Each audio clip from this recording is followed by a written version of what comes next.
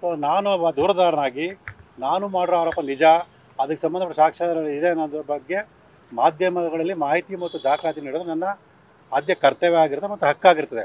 So ಇದನ್ನೇ ಲಕ್ಷ್ಮಣರವರು ಅಪರಾಧ ಕೃತ್ಯ ಅನ್ನೋ ರೀತಿಯಲ್ಲಿ ಒಂದು ಸುಳ್ಳು ದೂರನ್ನು ದಾಖಲು ಮಾಡಿದರೆ ಇದಕ್ಕೆ ಸಂಬಂಧಪಟ್ಟಂತೆ ತನಿಖೆಗೆ ವಿಚಾರಣೆ ಬರಬೇಕು ಅಂತೇಳಿ ನನಗೆ ಒಂದು ನೋಟಿಸ್ ಕೊಟ್ಟಿದ್ದಾರೆ. ಈ ದಿನ ನಾನು ಹಾಜರಾಗಿದ್ದೀನಿ. ಇದೇ ಸ್ಥಳದಲ್ಲಿ ಲಕ್ಷ್ಮಣವರು ಮಾತಾಡ್ತಾ ನಾನು ಏನು ಆರೋಪ ಮಾಡಿದೆ ಅಂದರೆ ಶ್ರೀಮತಿ ಪಾರ್ವತಿಯವರ ಪರವಾಗಿ ಮೈಸೂರು ನಗರಾಭಿವೃದ್ಧಿ ಪ್ರಾಧಿಕಾರ ವಿಶೇಷ ತಹಸೀಲ್ದಾರರು ಶುಲ್ಕವನ್ನು ಪಾವತಿ ಮಾಡಿದ್ರು ಅಂತ ಹೇಳಿದ್ದೆ. ಅದು ನಿಜ ಅಂತೇಳಿ ಅವರು ಹೇಳ್ಕೊಂಡಾರೆ. ಹಾಗಾಗಿ ಅವರು ಮಾತಾಡಿದಂತಹ ವಿಡಿಯೋವನ್ನೇ ನಾನು ಇಲ್ಲಿ ಸಾಕ್ಷ್ಯ ಕೊಟ್ಟಿದ್ದೀನಿ. ಅವರ ಪ್ರಕಾರನೇ ನಾನು ಮಾಡಿರೋ ಆರೋಪ ಸುಳ್ಳು ಅಂತ ಕಂಡು ಬರೋಲ್ಲ. ಈ ಪ್ರಕರಣಕ್ಕೆ ಒಂದು ಅಂತಿಮ ವರದಿ ಸಲ್ಲಿಸಿ ಸುಳ್ಳು ದೂರು ದಾಖಲು ಮಾಡೋ ಲಕ್ಷ್ಮಣ ವಿರೋಧನೇ ಪ್ರಕರಣ ದಾಖಲು ಮಾಡಿ ಕಾನೂನು ಕ್ರಮ ಕೈಗೊಳ್ಳಿ ಅಂತೇಳಿ ನಾನು ನನ್ನ ಹೇಳಿಕೆಯನ್ನು ಕೊಟ್ಟಿದ್ದೀನಿ. ರಿಟರ್ನ್ ಕಂಪ್ಲೇಂಟ್ ಕೊಟ್ಟಿದ್ದೀರಾ ಸರ್ ಈಗ ಅವ್ರ ವಿರುದ್ಧ? ಸರ್, ಈಗಾಗಲೇ ನಾನು ACP ಅವರಿಗೆ ಕೊಟ್ಟಿದ್ದೀನಿ ಲಿಖಿತವಾಗಿ.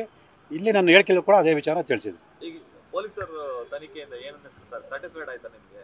ಖಂಡಿತ ಅಲ್ಲ ಸರ್. ಈಗ ಅವ್ರು ಕೊಟ್ಟರೆ ದೂರ ಸಂಬಂಧಪಟ್ಟಾಗೆ ನಾನು ವಿಡಿಯೋ ಸಾಕ್ಷಿನೇ ಕೊಟ್ಟಿರೋಲ್ಲ. ಸೊ ಅವರು ಕಾನೂನು ಪ್ರಕಾರನೇ ತಗೊಳ್ಬೇಕಾಗುತ್ತೆ.